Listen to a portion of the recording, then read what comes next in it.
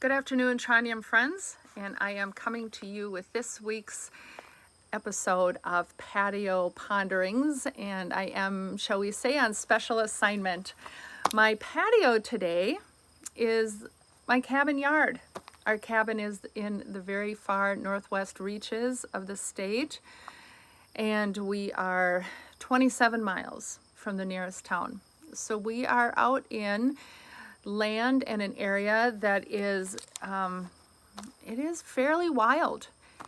Much of the land around us here is state wildlife management area, and it is land owned also by the Nature Conservancy. And so when I'm out here, it is this place for me to connect not only with the natural world, but with the creator of this natural world. It is a place for me that spiritually refreshes me, renews me, and gives me rest. And so what I'm pondering this week, of course, then has to do with creation, and it brings me back to Genesis, the very first chapter, the very first book. In the beginning, God created the heavens and the earth, and God's Spirit hovered over the water.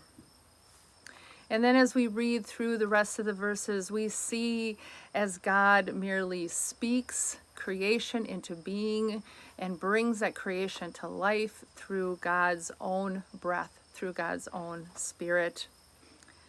We see the creation of day and night, light and dark, land and sea, and then we get this wonderful description of swarms of creatures and birds of the air and sea creatures and creepy things and beasts and livestock, and then of course humans. And it's our reminder that we are not created to be individuals. We are created together as a communal and corporate creation. And so what happens is that we are all connected, and what happens is when one part of creation is affected, it affects all of creation around it. And that has been really apparent to me this week in this area. The very surroundings look a little different than I'm used to seeing them. Like so many places, there has been so little rain up here, and it's been very hot.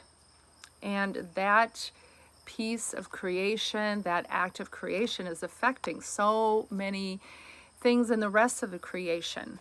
The river behind our cabin is barely a trickle, and in fact, in places it looks rather stagnant, like it's not even moving at all. We see birds and animals in the ditches that normally don't hang out there because they're just looking for that little puddle that might be left there. The livestock are struggling with a shortage of hay and a shortage of good pasture land, and farmers are praying for rain for their crops. It is and it has been this week a paradox of enjoying being in nature, enjoying being in creation, and yet seeing the struggle of the creation. Without the rain, that one thing that we all need for life. And so we are, because we are all connected, we are at the mercy of creation. But in paradox, as creation unfolded and God saw that it was good, God tasked humans with being the caretakers of creation as well. We are to tend this garden that we live in. In the creation story, creation itself is the neighbor that we are called to love.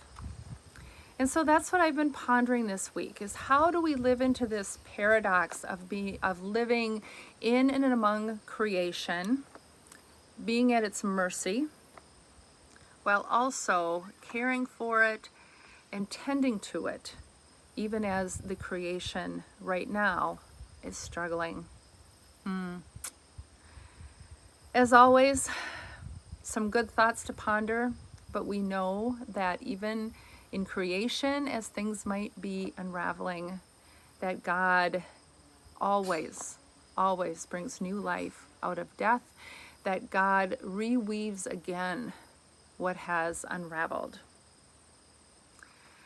Well, it's been so wonderful to be with you. I hope you have a fantastic day, a wonderful week, and we will see you all on Sunday. Bye.